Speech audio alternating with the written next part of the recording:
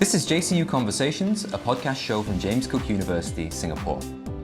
Tune in as we ask experts in the industry more about their lives and their approach to success. Subscribe on Apple Podcasts, Spotify, or wherever you get your podcasts.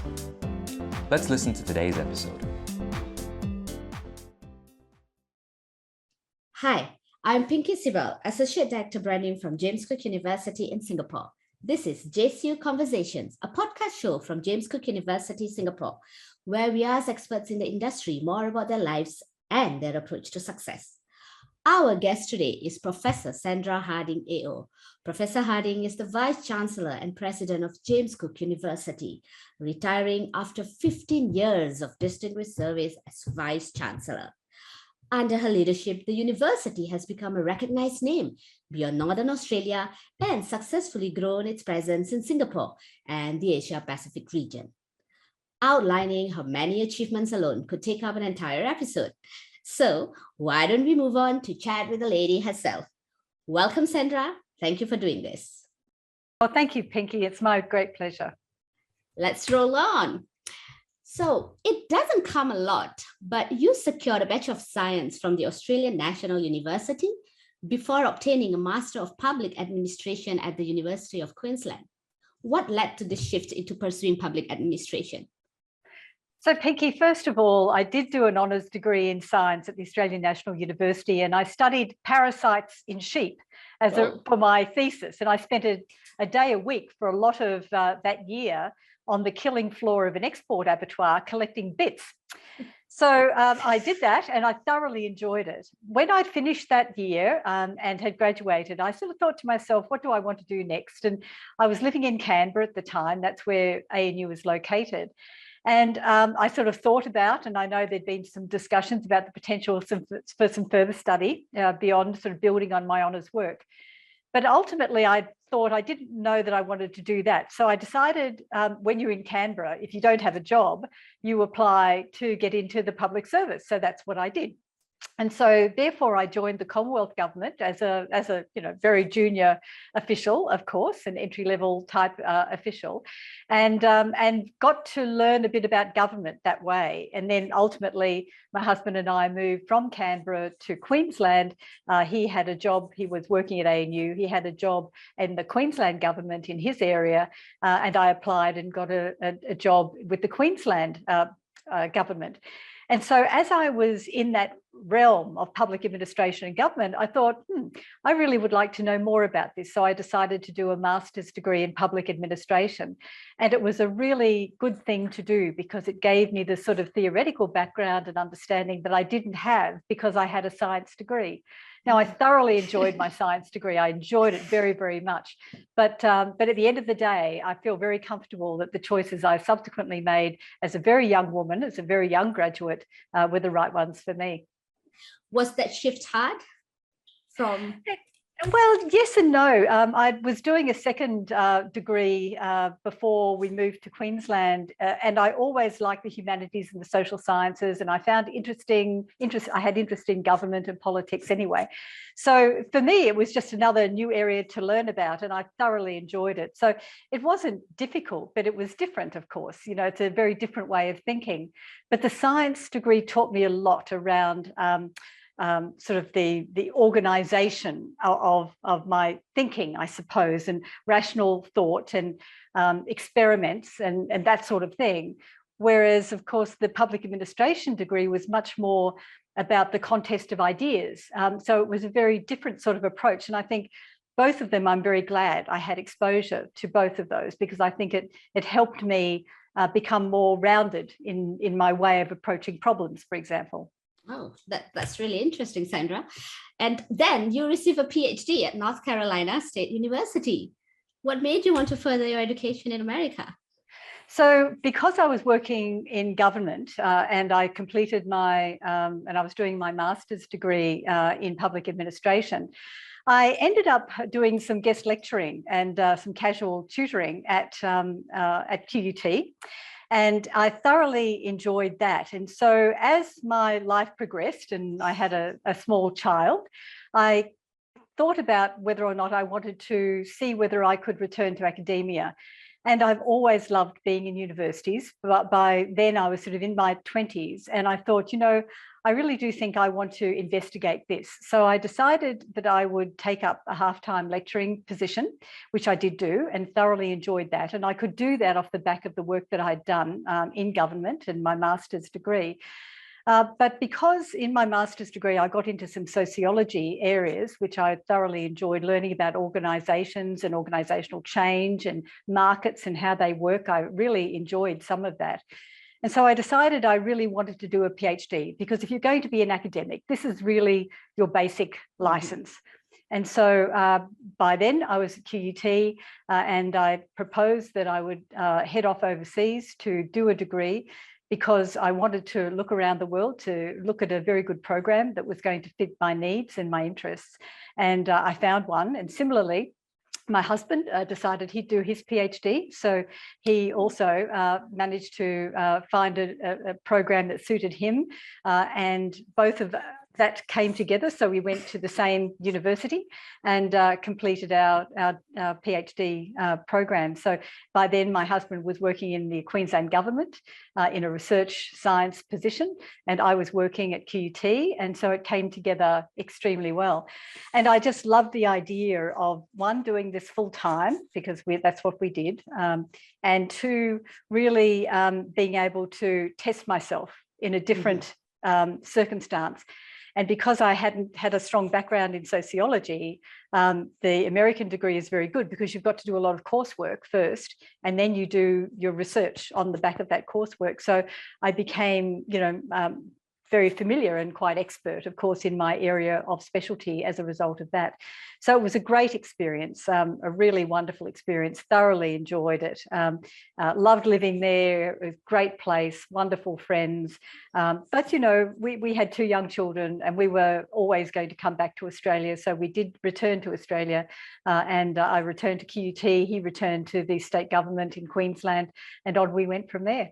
Oh, that's amazing. And, all this happened while you have 2 young children. So you see the, the kind of work that everyone must have done to make sure you achieve the kind of goals and aims that you have in life. So that's very interesting. Now, on a slightly lighter topic, Sandra, I happen to know that you enjoy skiing. So what do you like about skiing, and what's the best place to ski? What would you suggest? My idea of the ideal holiday is an active one. So it is about going out, walking or doing something, being outside in the fresh air and thoroughly enjoying ourselves. And so in our family, with my husband being a forester, we always have enjoyed bushwalking and getting out and about. And even our children, when they were very, very little, would do this too. So skiing really fits that purpose very well, because you tend to be out most of the day. It is fresh air, it is exercise, you test yourself, you learn new skills, which I always enjoy very much, in a beautiful environment. And then you have a full day out doing this, and then you come home at the end of that day and you're very tired, but it's a very good tired. Have a nice meal, go to bed, get up the next day and do it all over again.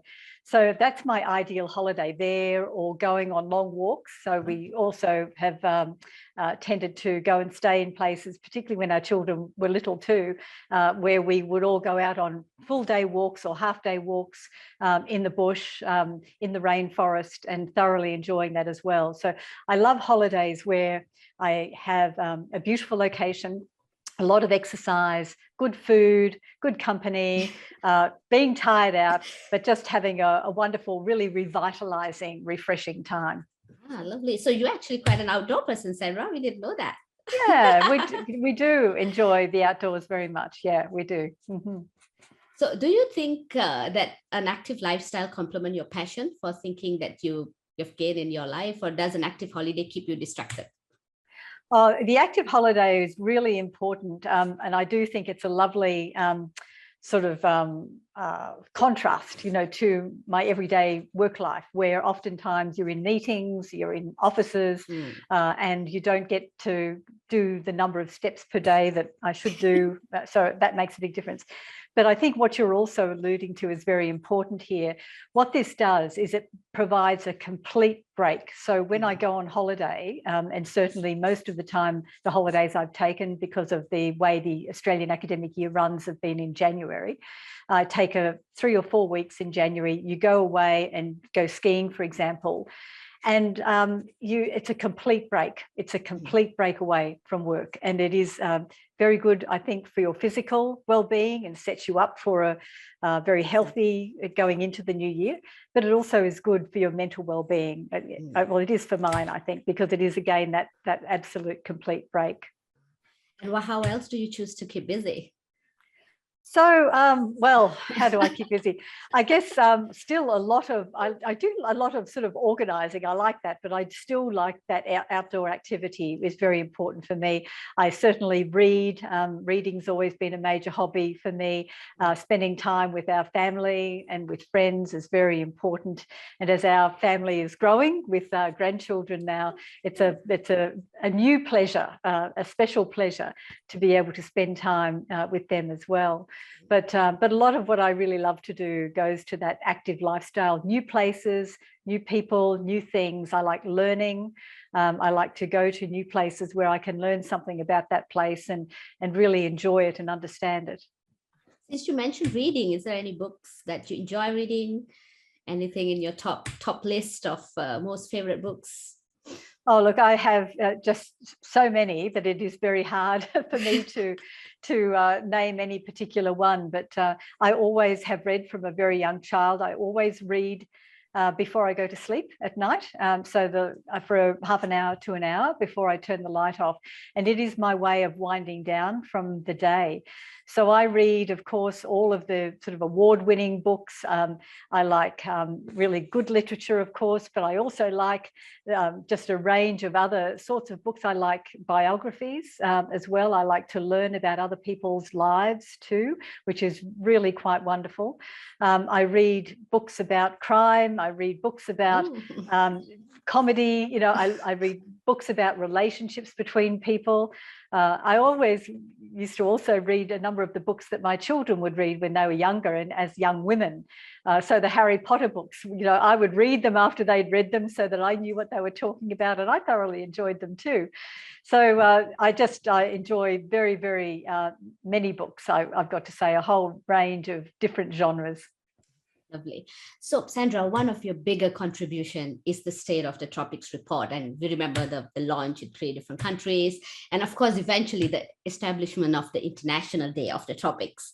How did it feel to have the United Nations recognize International Day of the Tropics? And what drives your passion for sustainability in the tropics? So when I came to James Cook University as Vice-Chancellor, one of the reasons why I was so particularly keen on, if I was ever, lucky enough to become a Vice-Chancellor, that I would want to be the Vice-Chancellor of James Cook University, went to the unique position of the university. It was set up to be Australia's University for the Tropics. And its Act of Parliament, under which it was set up, says that this university is to do 2 things. It's to provide education and research on issues of importance to the peoples of the north of our country, and North Queensland in particular. But it's also to provide education and research on issues of importance to the peoples of the tropics, so worldwide. And when I learned about James Cook University a very long time ago, I thought, wow, what an embedded international focus. What an amazing opportunity and amazing responsibility for a university to take the tropics seriously. And to my mind, as I thought about it, as I was approaching the job and as I was a new Vice-Chancellor, it struck me that we think about the world in ways that don't include the tropics. So we think about the world as north and south and east and west and developing, Asia, the rest.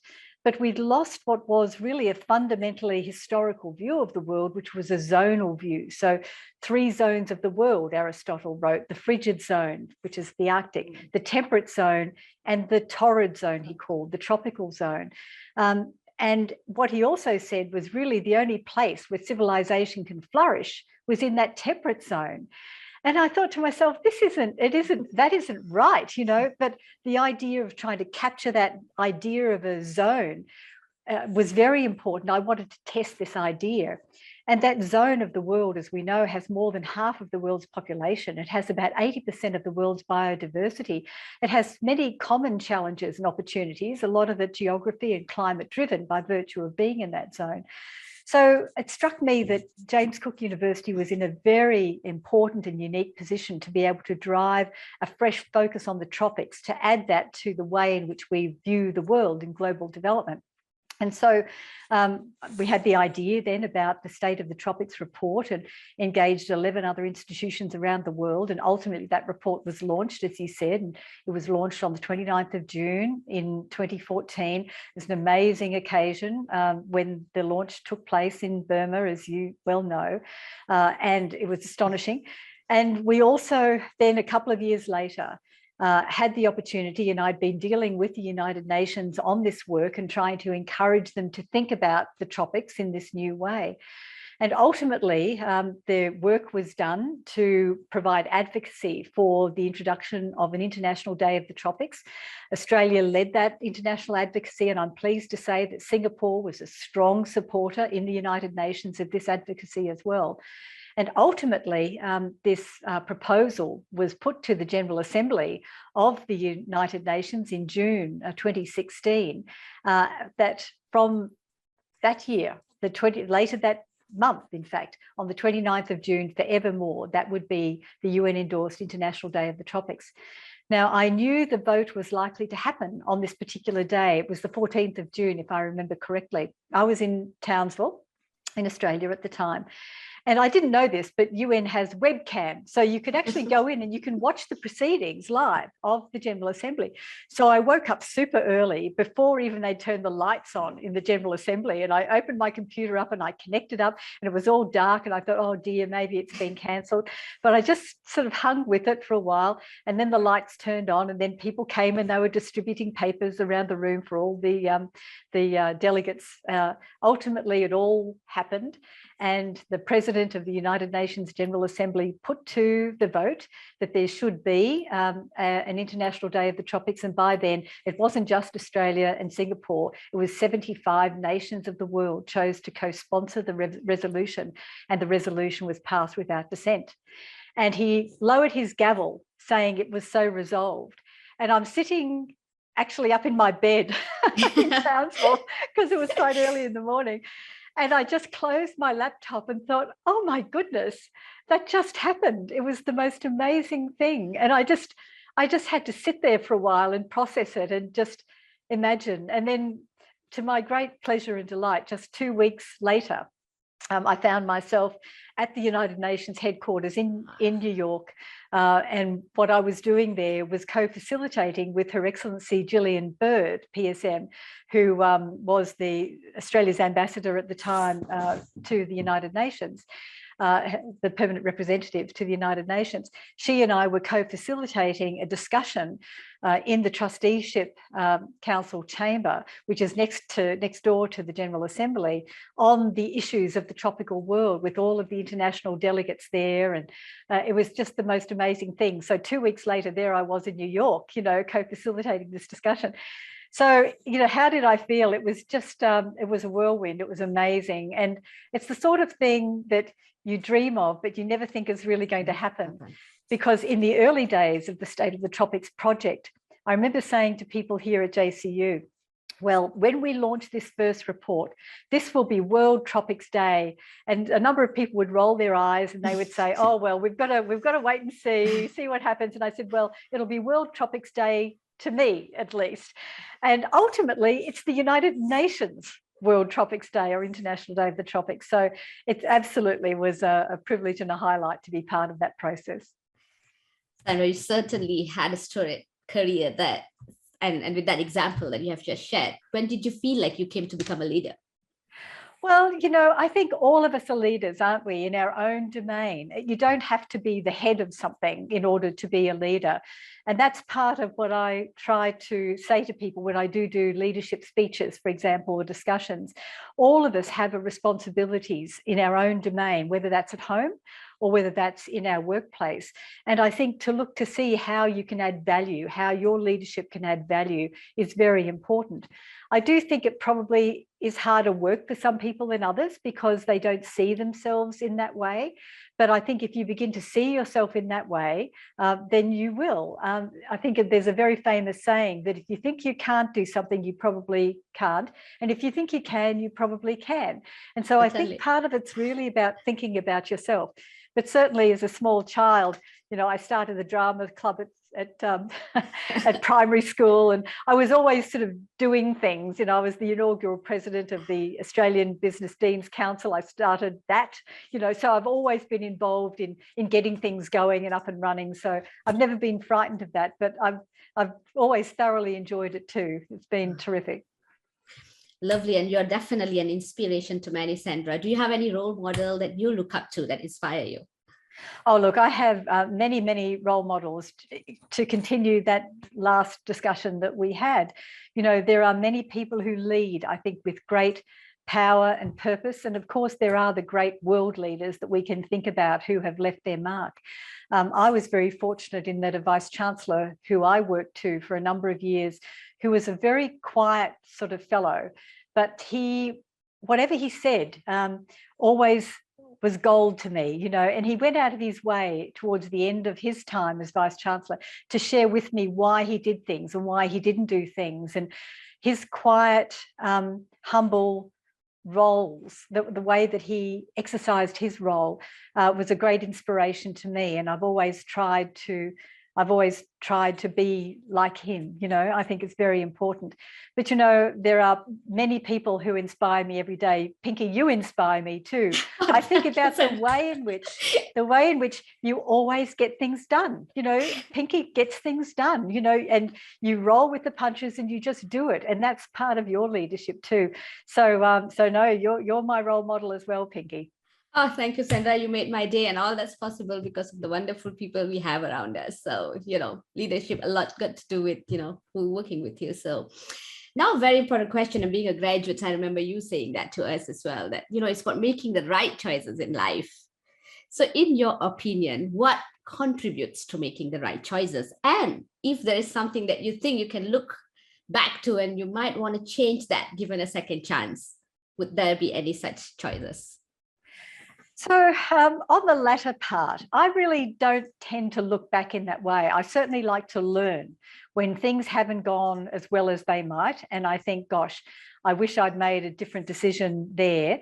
Or I think had we done something, approached it in a slightly different way, it would have had a better result. So I don't want to move on from a circumstance that didn't go as well as it might without learning that lesson and then trying to do better. But I do tend to move on, fairly quickly. Sometimes I think a little bit too quickly, I think. But in terms of those right choices, I think that there are some pillars for me around how I try to live my life and how I try to perform my role. And these pillars are really quite simple in a way. I want to be, and certainly as a leader, if you're leading a group, you have to be the best behaved person. You have to be respectful of other people.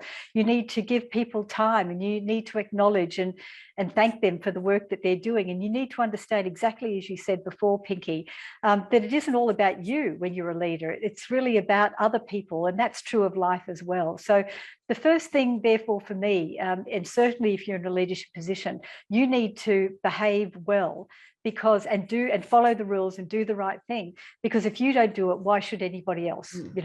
For me, it's very, very plain. Secondly, it's about making a difference. It's about trying to value add always, and to try to think ahead, be proactive in that. Just don't be responsive. And I do think that when you join a new organization or when you take on a new role, not only are you there to make a difference, you're there actually to be the difference. You are the difference when you've joined a new role and you're taking on some new responsibilities, and people are going to look to you for your personal, professional example as well. So it is about trying to make that difference, which is really important. And then ultimately, it's about doing the best you can. And I take great comfort in a saying, which was originally by Abraham Lincoln. I think other people have said it too, but that was where I read it. And basically he said that if a person, he actually said a man, of course, it's a gender day, but I'll make it gender neutral. If a person does their best, what else is there? What else is there? And so that's all you can ever expect of yourself, or you can expect of anyone else. It's about doing your best. And then if you put those three things together, they add up to one really big idea, and it goes to being a person of good faith. That is being the best behaved person, seeking to make a difference and always to do your best. And if you can do those things and work in the best interests of the institution or the group that you're working for, and not just serving yourself, then I think that for me is really the advice that I would provide. And that's the way I've tried to live my professional life and my personal life always. And ultimately to be a person of good faith. That is the highest accolade that I give to anybody, is to be a person of good faith. And that's something I strive to be every day, Pinky. Thank you, Sandra. And the last questions that we would have, again, being a mother and grandmother, would you think that's the same lessons that you would impart to your children and grandchildren? And if that's not, what else would it be? Absolutely. So those are important lessons. And, I think part of the important thing when dealing with family is really not to necessarily say that, but to be that person. So really it is about modeling the behavior that you think is appropriate. And I was very fortunate. I have very loving parents, and who I knew were always in my corner. Now, they never actually said that to me, but I always knew that. I always knew that when push came to shove, or if I needed them, they were there, they were supportive. So what I want people to know in my realm, in my family, is that that's their lived experience, and then that's something that then they can extend to others. And I like to think in my professional life too, by being respectful, by making a difference, by doing your best, and by being a person of good faith, similarly, just modeling that behaviour hopefully enables others to behave and to act in the same way, and to add the same and even greater value to the organisation or to the cause in which they're working. Oh, perfect. This has certainly been a wonderful discussion, Sandra. Thank you very much for joining us. And where can our listeners find you? So I'm here at JCU until I'm not, and it is 15 years that I've been here. So, you'll be able to find me without doubt. You'll be able to find me even after I've finished at JCU, but I'll have to figure out how to provide that information to you in time, Pinky. Okay, no worries at all, Sandra. Thank you again for joining us, and it's been a lovely discussion. Bye. My pleasure, Pinky. Thank you very much indeed. Thank you.